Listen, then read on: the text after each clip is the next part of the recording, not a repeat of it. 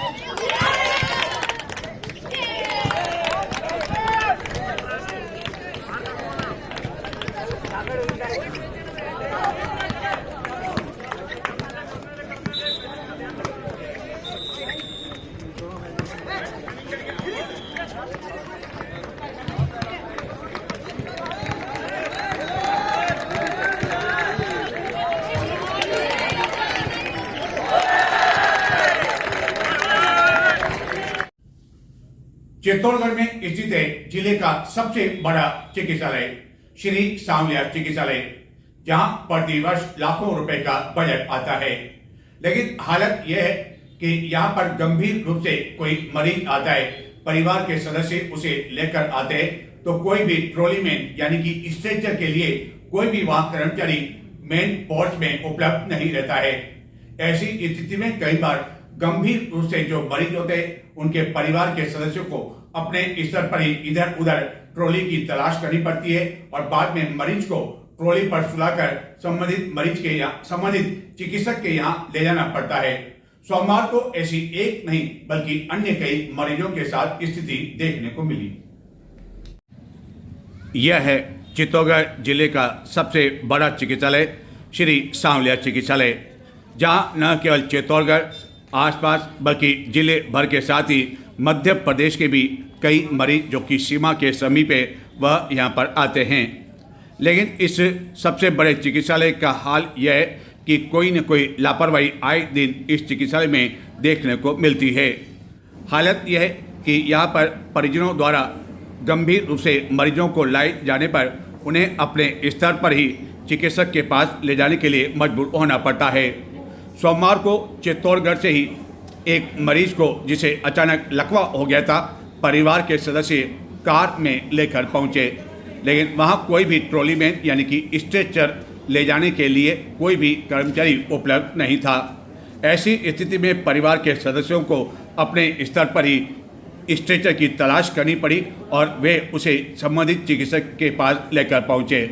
चिकित्सक ने मरीज की हालत गंभीर बताते हुए उसे वार्ड में भर्ती करने को कहा, जिसके बाद परिवार के सदस्य ही अपने स्तर पर मरीज को वार्ड में ले गए। इस तरह का नज़ारा सोमवार को एक मरीज के साथ नहीं बल्कि 2-3 अन्य मरीजों के साथ भी देखने को मिला। और ऐसा भी नहीं कि जब मरीजों को यहाँ लाया गया तो उस समय मरीजों की काफ़ी अधिक भीड़ होने की वजह से ट्रॉली मैन अन्य किसी मरीज की व्यवस्था में लगे हों, बल्कि आए दिन जब चिकित्सालय का समय होता है तो जो मुख्य पोर्च है वहाँ पर ट्रॉली मैन उपलब्ध नहीं होता है। और यह एक और मरीज, यह इससे बड़ी और क्या लापरवाही हो सकती है कि एक मरीज को जब भदेसर से यहाँ रेफर किया गया तो परिजन जब उसे एक निजी वाहन से लेकर पहुँचे तो जो मरीज को बोतल चढ़ाई जा रही थी वह बोतल परिवार की एक महिला अपने हाथों में लेकर खड़ी रही और उस समय तक खड़ी रही जब तक कि इस मरीज को वार्ड में भर्ती नहीं कर दिया गया। यह एक और मरीज की हालत, यहाँ भी परिवार के सदस्यों को अपने स्तर पर ही स्ट्रेचर में मरीज को सुलाकर पहले इसका एक्सरे करने के लिए एक्सरे रूम में ले जाना पड़ा और बाद में संबंधित चिकित्सक के पास और बाद में वार्ड में ले जाना पड़ा।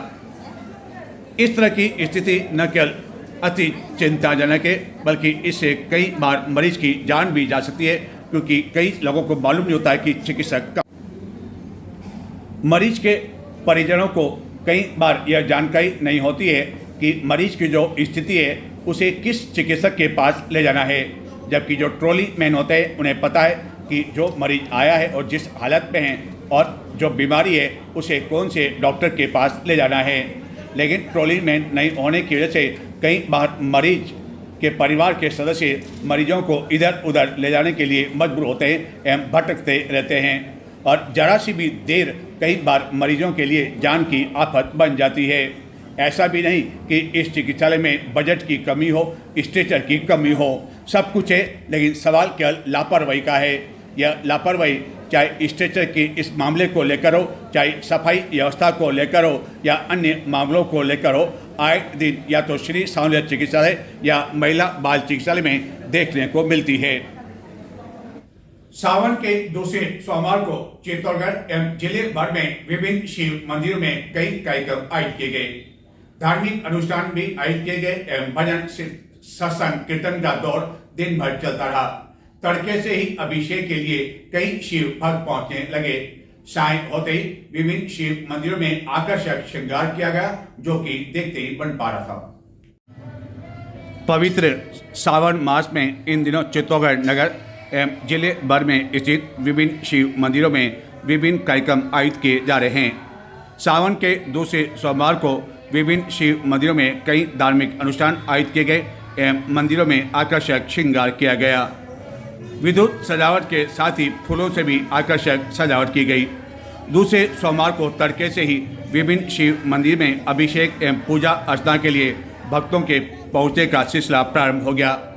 चित्तौड़गढ़ में महाराणा प्रताप सेतु मार्ग स्थित प्रसिद्ध खडेश्वर महादेव में साय के पश्चात विभिन्न स्थानों से यहाँ सजाए गए श्रृंगार को देखने के लिए भक्तों का तांता उमड़ पड़ा एवं रात्रि 10 बजे तक भी बड़ी संख्या में भक्तजन इस श्रृंगार को देखने के लिए मौजूद थे। ड्राई फ्रूट से आकर्षक श्रृंगार किया गया। यह श्रृंगार देखते ही बन पा रहा था एवं कई शिव भक्त इस आकर्षक श्रृंगार को अपने मोबाइल में कैद करने में लगे रहे, जबकि कई शिव भक्त तो सेल्फी भी लेने में लगे रहे।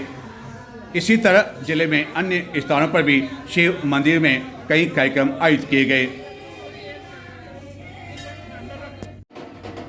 मंगलवार को सावन प्रदोष पर खरडेश्वर महादेव की शाही सवारी भी निकाली जाएगी। यह शाही सवारी मंगलवार प्रातः 11 बजे गांधी चौक से आरंभ होगी, जो मुख्य मार्गों से गुजरती हुई खरडेश्वर महादेव पहुंचेगी, जहां भगवान भोलेनाथ की महाआरती की जाएगी।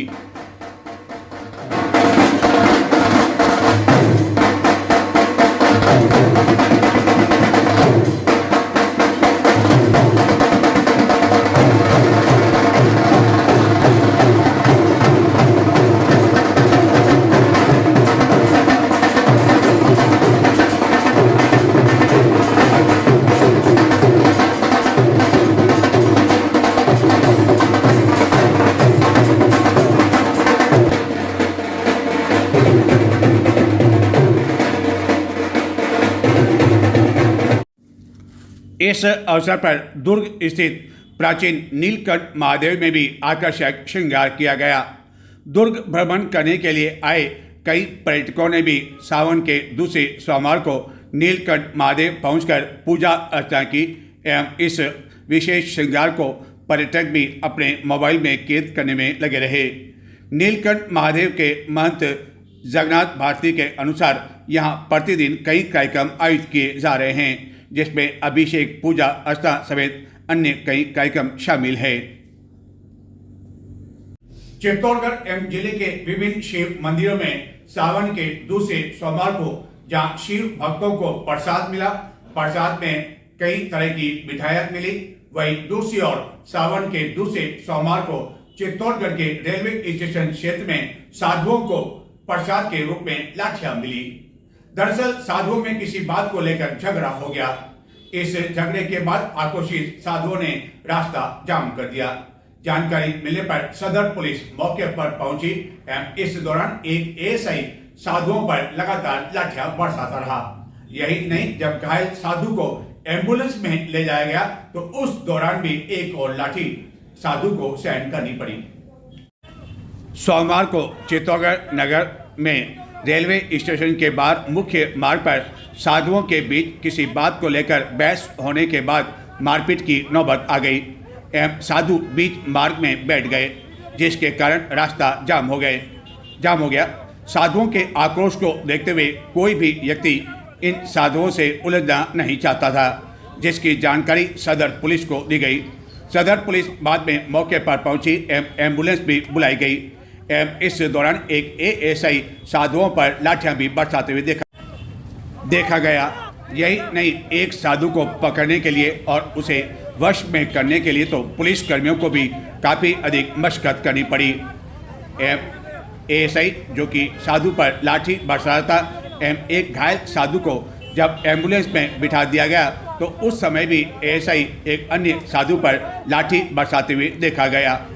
इस तरह सरेआम और मुख्य मार्ग पर पुलिस द्वारा साधु पर इस तरह लाठी बरसाना चर्चा का विषय भी बना रहा एवं कई जने तो यह कहते हुए भी सुनाई। चित्तौड़गढ़ में कार्यभार ग्रहण करने वाले नए जिला पुलिस अधीक्षक को शायद सदर पुलिस थाना के यह एएसआई यह संदेश पहुंचाना चाहते हैं कि सदर थाना पुलिस किसी भी तरह से कम नहीं है एवं पुलिस को लाठियां बरसाना भी आता है, चाहे वह बीच मार्ग का रास्ता हो या मुख्य मार्ग हो या कई लोगों की भीड़ हो, उस समय भी वह लाठी बरसाते हैं। फिर चाहे उनके इस दृश्य को वहां मौजूद कई लोग अपने मोबाइल में कैद कर सोशल मीडिया पर वायरल चाहे क्यों न करते रहें।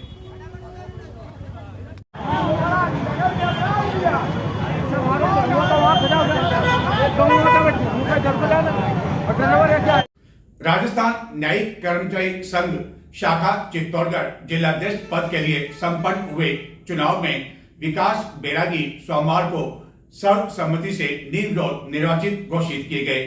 अध्यक्ष पद के लिए अन्य किसी भी प्रत्याशी द्वारा नामांकन पर्चा दाखिल नहीं किए जाने से विकास बैरागी को अध्यक्ष के रूप में निर्वाचित घोषित किए जाने के पश्चात न्यायालय परिसर में आतिशबाजी की गई। राजस्थान न्यायिक कर्मचारी संघ जिला शाखा चित्तौड़गढ़ के अध्यक्ष पद के लिए संपन्न चुनाव में विकास बैरागी सर्वसम्मति से निर्विरोध अध्यक्ष पद के लिए निर्वाचित किए गए। मुख्य निर्वाचन अधिकारी प्रदीप पुजारी के अनुसार न्यायिक कर्मचारी संघ जिला शाखा चित्तौड़गढ़ के अध्यक्ष पद के लिए नामांकन प्रस्तुत करने के दौरान अंतिम तिथि को एवं अंतिम समय तक अध्यक्ष पद के लिए केवल एक नामांकन सीनियर रीडर ग्रेड प्रथम विकास बैरागी द्वारा प्रस्तुत किए जाने से उन्हें निर्विरोध जिला अध्यक्ष के लिए निर्वाचित किया गया, जिसके बाद न्यायिक कर्मचारियों में खुशी की लहर दौड़ गई एवं नवनिर्वाचित अध्यक्ष को फूल मालाओं से लाद दिया गया एवं न्यायालय परिसर में न्यायिक कर्मचारियों द्वारा जमकर आतिशबाजी कर खुशी का इजहार भी किया गया। चित्तौड़गढ़ एवं राजस्थान में न्यायिक कर्मचारियों द्वारा अपनी मांगों को लेकर सामूहिक अवकाश लेकर आंदोलन किया जा रहा है। चित्तौड़गढ़ में भी यह आंदोलन किया जा रहा है एवं सोमवार को चौथे दिन भी आंदोलन जारी रहा। न्यायिक कर्मचारी सामूहिक अवकाश पर रहे, जिसके कारण न्यायालयों में कामकाज लगभग पूरी तरह से ठप है एवं पक्षकारों को बैरक लौटने के लिए मजबूर होना पड़ रहा है।